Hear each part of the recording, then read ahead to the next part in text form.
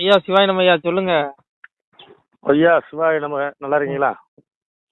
எல்லாம் அப்பாவுடைய அருள்ல அண்ணாமலை வந்து எல்லாம் மாற்றி மாற்றி எல்லாம் போட்டு யூடியூப்ல போட்டு வாங்குறாங்க. ரொம்ப சாஃப்டாகவே இருக்காரு.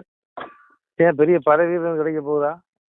கண்டிப்பா சொல்றேன், அண்ணாமலைக்கு மிகப்பெரிய ஜாக்பாட் இருக்குது. இப்போ ஏற்கனவே இப்போ இவர் சிபிஆர் வந்து துணை ஜனாதிபதி ஆனதுனால அங்க கவர்னர் பதவி காலியா இருக்குது. அந்த இடங்கள் ஒருவேளை அண்ணாமலைக்கு கூட கிடைக்க வாய்ப்பு இருக்குது. உறுதியா கொடுப்பாங்க. ஏன்னு கேளுங்க, இவங்க என்னதான் வலைதளங்களை கத்த அவருடைய அந்த பெயருக்கு வந்து எந்த களங்கமும் ஏற்படாது. ஏன்னா உண்மையான பாஜக தொண்டர்கள் அத்தனை பேருமே அண்ணாமலை பின்னாடி இருக்கிறாங்க.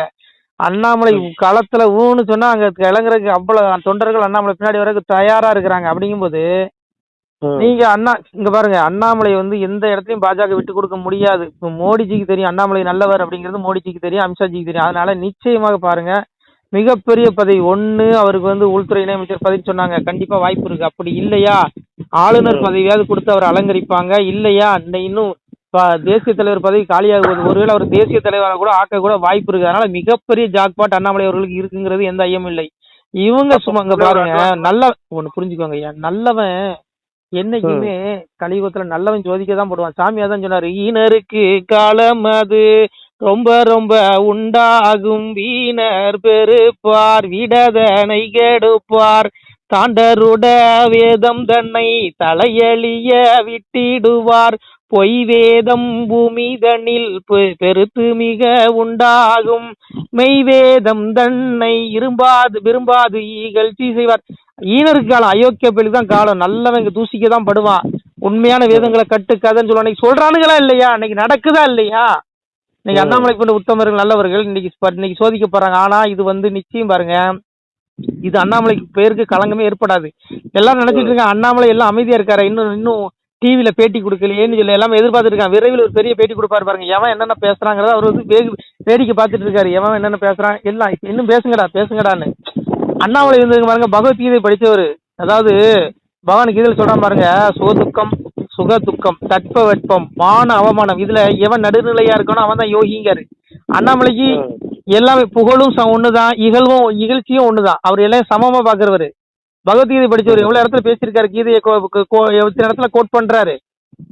அப்போ நீங்க புரிஞ்சுக்கோங்க ஐயா, அவருக்கு வந்து மிகப்பெரிய ஜாக்பாட், மிகப்பெரிய பதவி இருக்குது. இங்க நல்லவனை தூசிக்க பெரிய தண்டனை இருக்கு. எங்க அப்பா பகவான் சொல்றான், என்னையே கனியா வண்ணம் ஏழையா இருந்த சான்றோர் தன்னையே பழித்தோரெல்லாம் சல்லமது துயரம் கண்டு அந்நீசன் நரகம் தண்ணில் அகப்பட தள்ளி தள்ளி கொன்று நான் சான்றோருக்கு கொடுப்பேன் மேல் பவிசு தானேங்கிறான். சான்றோர்களை சாதுக்களை நல்லவருக்கு மேல் பவிசு, அவனுக்கு இறப்புக்கோரும் மோட்சம் முக்தி நிலையை விட்டு நிலையான வீட்டை கொடுக்குறேன், இந்த துன்பத்துக்குரிய இந்த மண்ணுலகில நான் அவனை பிரிவு செஞ்சு அனுப்புறது இல்லைங்கிறாரு. மேல் பவிசு கொடுக்காரு. அதுபோல இந்த பாரதிய ஜனதா கட்சி மேல் தலைமை வந்து இவருக்கு மேல் பவிசு தான் கொடுக்கும் வழி, அவரை கீழே இறக்க மாட்டாங்க.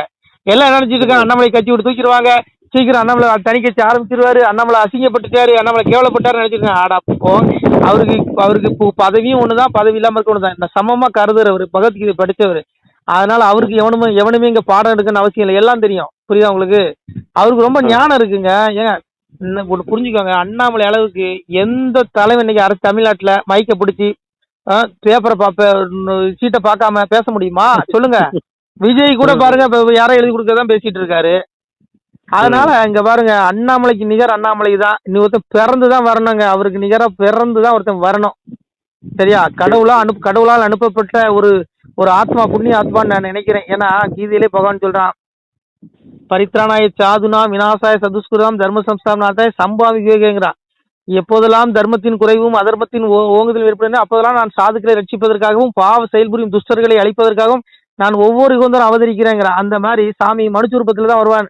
சாமியே சொல்றாருல, அஜோஸ்மி சன்னவியாத்மா பூதானா விஸ்வரூபின் பிரகிருதி சுவாமிசாய் சம்மவியாத்மாயாங்கிறாரு. நான் சிவபெருமானாக இருந்தும் கூட என்னுடைய பிரகிருதி, அதாவது என்னுடைய படைக்கும் ஆற்றலை வசப்படுத்தி கொண்டு ஒரு சாதாரண மனிதனை போல வெளியில வரங்கிறாரு. தர்மத்தை காப்பாத்துறதுக்கு எப்படி வராரா? நம்மகிட்டே இருப்பாரு, நம்மகிட்டே பேசிட்டு போவாரு. நம்ம மனசை நினைச்சிட்டு இருப்பானா பகவான் அந்த ரூபத்துல இருப்பான்.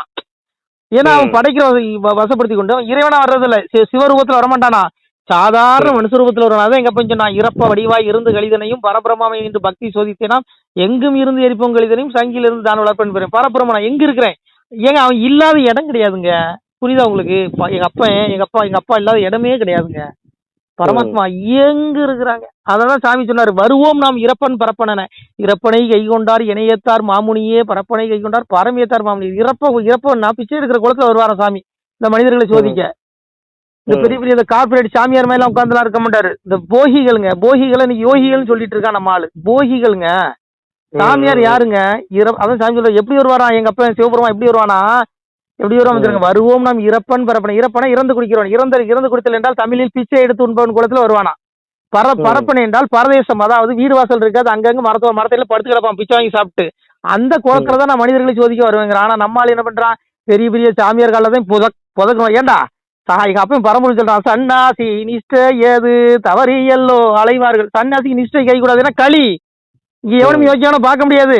வெளியில தோட்டத்துல இருப்பான், நீ யோசிக்கனா பார்க்க முடியாதுங்கிறான் எங்க அப்பன். ஆனா இந்த மனிதர்கள் யாரும் நம்புவான்? அவனதான் நம்புவான். ஆனா உண்மையான சாமியார்கள் அங்க ரோட்டோரம் பிச்சை வாங்கி சாப்பிட்டு ரோட்டோரம் மரத்துல படுத்து கிடப்பான். அவனை நம்ப மாட்டான். அவனை நாத்தம் படிக்குதுன்னு சொல்லி ஒதுக்குவான். புரியுதா? அவன் தான் உண்மையா சாமி, அவன் தான் பரமசிவன். இந்த மனிதர்களும் பாருங்க, யார நல்லவன் எவன் கெட்டவன் சொல்லி ஏத்துக்கிற பக்கம். இன்னைக்கு பாருங்க, அண்ணாமலையை வந்து வலைதளங்களை பரப்பு இப்ப பேசுறனால சிலவன் என்ன நினைப்பான், ஒருவேளை அண்ணாமலை தப்பு பண்ணிருப்பாரோ அப்படிங்கிற என்ன இவனுங்களுக்கு நம்ம ஆளுகளுக்கு ஒரு நிறைய கொஞ்சம் பேருக்கு. அதனால இங்க பாருங்க, நல்லவன் என்னைக்கும் தூசிக்கு தான் படுவான். இது களி. புரியுதா உங்களுக்கு? அதனால என்னைக்குமே தர்மம் தான் வெல்லும். அண்ணாமலை தான் வெல்வாரு. அதனால அண்ணாமலைக்கு மிகப்பெரிய ஜாக்பாட். விரைவில் பாருங்க, பொண்ணு அவரை தேசிய தலைவர் ஆக்கி போடுவாங்க. அப்படி இல்லையா ஒரு மாநிலத்தில் ஒரு கவர்னர் ஆக்குவாங்க. ஏங்க கவர்னர் சிஎம் பதவியோட பெரிய பதவி. இதுக்கு மேல என்ன வேணும்? என்ன வேணும்? சிஎம் பதவிக்கு போவாங்க, கஷ்டப்பட்டு ரோட்டோரம் போய் மைக்க பிடிச்சிட்டு போய் பிரச்சாரம் பண்ணி கையில விழுந்து காலில் விழுந்தா வாங்க வேண்டியது. இது அப்படி இல்ல, உட்கார்ந்த இடத்துல கிடைக்குதா? ஏங்க கட்சி பிஜேபிக்காக வேலை செய்யாதவங்களுக்கு எல்லாம் அந்த பதவியை கொடுத்துருக்காங்க. பிஜேபிக்காக ஒரு வேலை செய்யாதீங்க, வேட்டையா சட்டையில அழுக்கு விட்டாதவங்களுக்கு எல்லாம் கௌரவ பதவி கொடுத்தாங்கல்ல. இவரு இந்த மனுஷன் பாவம் எண் மக்களை அதில் மக்களோடு மக்களா இருந்தவர். அதனால இவரு கண்டிப்பா பாஜக தலைமை இவர் அங்கீகாரம், ஒரு பெரிய அங்கீகாரம் கொடுக்கும். அதுல மாற்றம் இல்லை. நீங்க எல்லாம் வருத்தப்படாதீங்க. பதவிங்கிறது கூந்தல் மாதிரிங்க. இது அற்பையா? அண்ணாமலைக்கு தெரியும். பகவான் சொல்றாங்களா, தற்பெருமையும் மோகமும் அகன்றவர்கள், பற்று என்ற குறைபாட்டை வென்றவர்கள், பரமாத்ம ஸ்வரூபத்தில் நிலை பெற்றவர்கள், ஆசைகளை முழுமையாக அழித்துக் கொண்டவர்கள், இன்ப துன்பம் என்ற இரட்டைகளிலிருந்து விடுபட்ட ஞானிகள் அந்த அழிவற்ற பரமபதத்தை அடைகிறார்கள். நம்ம பிறந்த நோக்கமே அப்பாவுடைய திருவடி அடி. எங்க அப்பா காமரை சிவபெருமா அவன் திருவடியை அடியிருக்க நோக்கம். அதுக்கு எதெல்லாம் தடையா இருக்கு பாருங்க. நம்மளுடைய தற்பெருமை, ஆடம்பரம். அந்த பதவி வந்தோடனே ஆடம்பரம் தற்பெருமையில வந்துடும். பெரிய ஒரு பெரிய பதவி கொடுத்துருவீங்களேன், ஒன்னு கையில கால பிடிக்க முடியாது. அது வரைக்கும் போன் எடுப்பானுங்க, அதுக்கப்புறம் போன் பண்ண எடுக்க மாட்டேன், நம்ம கூட இருப்பானுங்க. அப்புறம் பெரிய பதவி பிஜேபி பெரிய பதவி கொடுத்தாலும் நம்ம போன கூட எடுக்க மாட்டேன். அந்த மாதிரி ஆயிடுவானுங்க. இந்த தற்பெருமை, இந்த மோகம், இதெல்லாம் அண்ணாமலை கிட்ட கிடையாது. இது வந்து கடவுளுக்கு எதிரானது. புரியுதா? உன்னுடைய ஆத்மா நரகத்தோடு தள்ளிப்படும். அதனால மனுஷனுக்கு எதிரியே அவனுடைய தற்பெருமை, மோகம், இது எல்லாமே. இந்த ரெண்டும் பதவி வந்துடும். அதை தான் அண்ணாமலை வந்து விரும்புறதே இல்லை எதையும். அண்ணாமலைகிட்ட எத்தனை தடவை கூப்பிட்டு கேட்டாங்க, மந்திரி பதவி வேணுமா கேணுன்னு சொன்னாரா? ஏயா அவர் பதவி ஆசைப்பிடிச்சவரா இருந்தா அப்பதே மந்திரி பதவி வாங்கி அழகா ஜாலியா கார்ல போய் அது எஸ்கார்டோட சுத்திட்டு பந்தாவா கிழமை நல்ல சம்பளம், நல்ல தீனி, கொளுத்த தீனி கிடைக்கும். அவர் ஏன் எப்படி கஷ்டப்படும்? வேற போங்கய்யா, வர சொல்லுன்னு சொல்லிட்டு போறட்டு. அண்ணாமலை தர்மம் வெல்லும், தர்மம் வெல்லும். நான் சொல்லல, சாமியே சொல்றாரு. தரடியது அழிந்தாலும் சத்தியம் அழியாதப்பா, சிவகாண்ட தீர்ப்பெழுதி தெரிவித்தேன் என் மகனை. சிவகாண்ட தீர்ப்பு எங்க அப்பன்னு சொல்றான், சிவபெருமான் சொல்றான். இது ரிஷிகள் வார்த்தை இல்ல, முனிவர்கள் வார்த்தை இல்ல, அப்பா சிவனுடைய வார்த்தை. அவன் சொல்றான், தரணி இந்த உலகமே அழிஞ்சாலும் மகனை சத்தியம் அழியாதுங்கிறான். சிவகாண்ட தீர்ப்பெழுதி தெரிவித்தேன் என் மகனை அப்பா சொல்றான் சிவபெருமான். இது விடுங்க, அற்ப பதவிங்க. எவனோ வச்சு அழுதுட்டு போறாங்க. அப்பாவை தேடுங்க, விடுங்க, இந்த மண்ணலி போடுங்க. இதெல்லாம் என்கிட்ட பேசாங்க தயவு செய்து. நமச்சிவாய். சரிங்க, அட்வான்ஸ் வாழ்த்துக்களுங்க அண்ணாமலைக்கும் உங்களுக்கும். ஏன் அண்ணாமலை கண்டிப்பா சொல்றேங்க, விரைவில் 2 நாள் அறிக்கை வரும் பாருங்க. 2 நாள் அறிக்கை வரும் பாருங்க. கண்டிப்பா பாருங்க, அவர் வந்து கண்டிப்பா நிச்சயமா நடக்கும். பெரிய ஜாக்பாட் இருக்கு. கிடைக்கட்டும். சிவாய நம. திருச்சிட்டம்பலம், தில்லையம்பலம், பொன்னம்பலம். சிவாய நம. உறவுகளே, சிவ அன்பர்களே, தற்போது தாங்கள் இந்த வீடியோவில் பார்க்கக்கூடிய இடத்துல ஒரு சிவாலய திருப்பணி ஒன்று நடந்து கொண்டிருக்கிறது. இந்த இடத்துல பார்த்தீங்கன்னா முன்பு ஒரு காலத்தில் வந்து ஒரு சிவாலயம் இருந்திருக்குது. அதாவது இந்த ஏரியா வந்து இப்போ வந்து ஒரு தென்னை மரங்கள், பனை மரங்கள் சூழ்ந்த காடாக இருக்கிறது. முன்பு ஒரு காலத்தில் இங்கே ஒரு ஊர் இருந்ததாக சொல்கிறாங்க. ஆனால் இப்போது சுற்று வட்டாரத்தில் 5 கிலோமீட்டர் சுற்றுலாவில் ஊரே கிடையாது, காடு. இப்போ இந்த இடத்துல ஒரு சிவாலயம் வந்து அமையிருக்கிறது. இந்த சிவாலயத்தில் வந்து இருந்த அந்த சாமியுடைய திருமணியை வந்து எடுத்து வச்சிட்டோம். திருப்பணி முடிஞ்சதுக்கப்புறம் பிரதிஷ்டை பண்ண இருக்கிற உறவுகளே, தற்போது இந்த வீடியோ பார்க்கக்கூடிய உறவுகள் தங்களால் முடிந்தால் ஒரு சின்ன உதவி செஞ்சு கொடுங்க. எங்கள் இடத்துல பொருளாதாரம் இல்லை, அதனால் பார்த்திங்கன்னா அந்த வேலையெல்லாம் அப்படியே நின்று போச்சு. பாருங்கள், இந்த அப்படியே பாதியிலே நிற்கிது இந்த சிவாலய திருப்பணி வந்து. பக்த கோடிகள், அன்பு உள்ளங்கள், தயவுசெய்து நீங்கள் உதவி செய்ய விருப்பமுள்ள உறவுகள் உதவுங்க. உங்களுக்கு கோடி புண்ணியம் கிடைக்கும். இந்த சாமியோடைய அருள் அனுகிரகம் உங்களுக்கு கண்டிப்பாக கிடைக்கும். இது வந்து ஒரு புகழ்பெற்ற சிவாலயம் கூட சொல்லலாம். சாமியோட திருமேனி எடுத்து வச்சிட்டோம். இந்த இடத்துல பார்த்திங்கன்னா ஒரு வாசி தண்டம் இருக்குது. அந்த காலத்தில் ஒரு முனிவர் யாரோ தவம் செஞ்சுருக்காங்க. அவங்களுடைய வாசி தண்டம் அவர் திருக்கரங்களால் எழுதின ஓலைச்சுவடி கூட இன்றும் இருக்குது, இன்னும் பாதுகாக்கப்பட்டு வருது. அது கோயில் திருப்பணி முடிஞ்சதுமே அதையும் நாங்கள் அந்த வழிபாட்டுக்கு வச்சுடுவோம். இந்த சிவாலய திருப்பணி வந்து சாமி திருநாமம் வந்து முக்தீஸ்வரர் அப்படிங்கிற திருநாமத்தில் வழங்குறாரு. நெல்லை மாவட்டம் நாங்குநேரி தாலுகாவில் இந்த சிவாலயம் அமைய இருக்கிறது உறவுகளே. இந்த வீடியோ பார்க்கக்கூடியவங்க ஒரு 2 பேருக்காவது கொஞ்சம் ஷேர் பண்ணுங்கள். இந்த வீடியோ பார்க்கக்கூடிய யாராவது ஒரு சின்ன உதவி செஞ்சால் இந்த ஆலய திருப்பணி வந்து கண்டிப்பாக நாங்கள் வெற்றிகரமாக முடிச்சுடுவோம். பாருங்கள், அந்த வேலை எல்லாமே அப்படியே நிற்கிது. கல்லெல்லாம் இறக்கி போட்டிருக்கோம். இன்னும் நிறைய கற்கள் தேவைப்படுது. சுவாமியோடைய அந்த திருக்கோபுரம் பார்த்திங்கன்னா லிங்க வடிவிலே அமைக்க இருக்கிறோம். உதவுங்கள் உறவுகளே. உங்களுக்கு அப்பா சிவபெருமானுடைய அருள் நிச்சயம் கிடைக்கும். எம்பெருமான் சொல்வான், வாழுவீர் தாழ்வில்லாமல் மக்களும் கிளைகள் கொஞ்சி நாளுமே மகிழ்ச்சி கூர்ந்து நலமுடன் வாழும்போது நீளுமே எனது செங்கோல் நீதியும் நெறிபோல் வந்து ஆளுமே உங்கள் தன்னை அன்புடன் அலையாவண்ணம். உங்களை எம்பெருமானுடைய அப்பாவுடைய திருவாசகத்தாலேயே வாழ்த்துறோம் உறவுகளே. ஆணுடன் பெண்ணும் பெற்று அதிகமாய் செல்வமாகி தானுடன் நினைவுமுற்று தர்மமும் நெறியும் கற்று வேணும் நீள் காலமெல்லாம் வெள்ளியர் உடனே வாழ்ந்து போனுதல் கமலநாதன் பொற்பதம் பெற்று வாழ்வீர். அந்த ஈசனுடைய பொற்பதம் நிச்சயம் கிடைக்கும். உங்களுக்கு இகத்திலும் சுகம், பரத்திலும் சுகம். உங்களுடைய கர்ம வினைகள் மன்னிக்கப்பட்டு உங்களுக்கு நிச்சயம் மோட்ச வீடு கிடைக்கும். இகத்தில் பூரண ஆயுளுடன் நோய் நொடி இல்லாமல் வாழ்ந்து நீங்கள் பரவாழ்வும் பெறுவீர்கள் உறவுகளே. மக்களே, நீங்கள் எல்லாம் வாழ்பொன்னம் பதியிற் சென்று முக்கியமான யுகநில மதிலே தன்னால் கக்கிய பொன்கள் ஸ்வர்ணம் கைமணம் குளிர அன்னம் பொக்கிஷம் நிறைய வைத்து புகழ உண்டு இனிதாய் வாழ்வீர். இந்த இகவாழ்வும் பரவாழ்வும் உங்களுக்கு சுகப்பட அப்பன் ஈசனர்களால் வாழ்த்துகிறோம். இந்த திருப்பணிக்கு உதவி செய்ய ஒரு ஜிபே எண் சொல்கிறோம். இந்த எண்ணில் நீங்கள் உதவலாம்.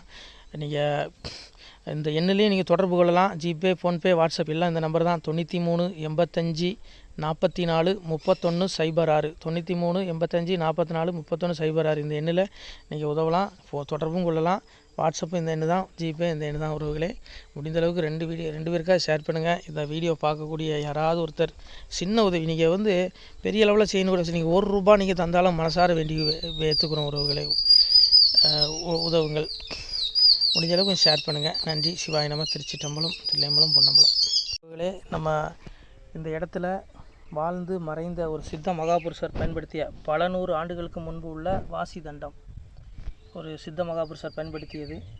அவர் திருக்கரங்களால் எழுதிய அந்த ஓலைச்சுவடி கூட பாருங்கள், இன்னும் பாதுகாக்கப்பட்டு வருது. இந்த சிவாலயம், நம்முடைய அந்த சிவாலய திருப்பணி முடிந்ததுமே எம்பெருமான் அவர் எழுதிய அந்த சிவனை பற்றி புகழ்ந்து எழுதிய அந்த பாடல் வரிகள் இதில் இருக்குது. இந்த வாசி தண்டம் அவர் பிரதிஷ்டை செய்த அந்த லிங்க திருமேனியையும் இந்த இடத்துல நாம் இந்த ஆலயம் கட்டி நாம் பிரதிஷ்டை செய்திருக்கிறோம். அனைவரும் இந்த ஆலய பிரதிஷ்டைக்கு கண்டிப்பாக வரணும். முடிஞ்ச அளவுக்கு இந்த வீடியோ பார்க்குறவங்க உதவி பண்ணுங்கள் உறவுகளை. பொருளாதாரம் இல்லாமல் திருப்பணி நின்று போச்சு. முடிஞ்ச அளவுக்கு ஷேர் பண்ணுங்கள், உதவுங்க. நன்றி. நம சிவாய. திருச்சிற்றம்பலம், தில்லையம்பலம், பொன்னம்பலம். இந்த புண்ணிய பலன் தங்களுக்கு உடான கூடிய வரும் உறவுகளை. நம சிவாய.